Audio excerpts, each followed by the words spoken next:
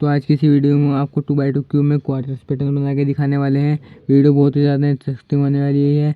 तो देखिए, जो आपको स्क्रीन पर दिख रहा है वो आपको हम बना के दिखाएंगे। तो आप हमारे चैनल को सब्सक्राइब कर लीजिए और वीडियो को लाइक कर लीजिए, क्योंकि ऐसी वीडियो हमारे चैनल पर मिलती रहती है आपको। तो चलिए, अगर आपको क्यूब बिना क्यूब पैटर्न में देखना है तो हमने चैनल पर हमारे फुल वीडियो है, उसकी आप जाके देख सकते हैं। तो आज हम आपको क्वार्टर्स पैटर्न बना के दिखाने वाले हैं। तो आज हम आपको स्क्रीन पे जो एल्गोरिथम दिखाएंगे उसे आप फॉलो करेंगे तो आपका जो 2x2 क्यूब में क्वार्टर्स पैटर्न वो बन जाएगा। तो पहले U, फिर F2, फिर U2,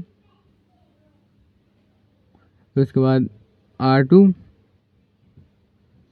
और फिर उसके बाद आपका U।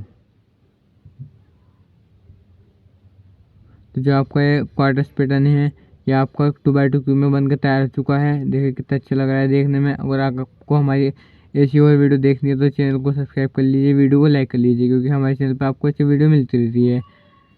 देख सकते हैं आप, जो हमारा पैटर्न है पूरा बन गया है।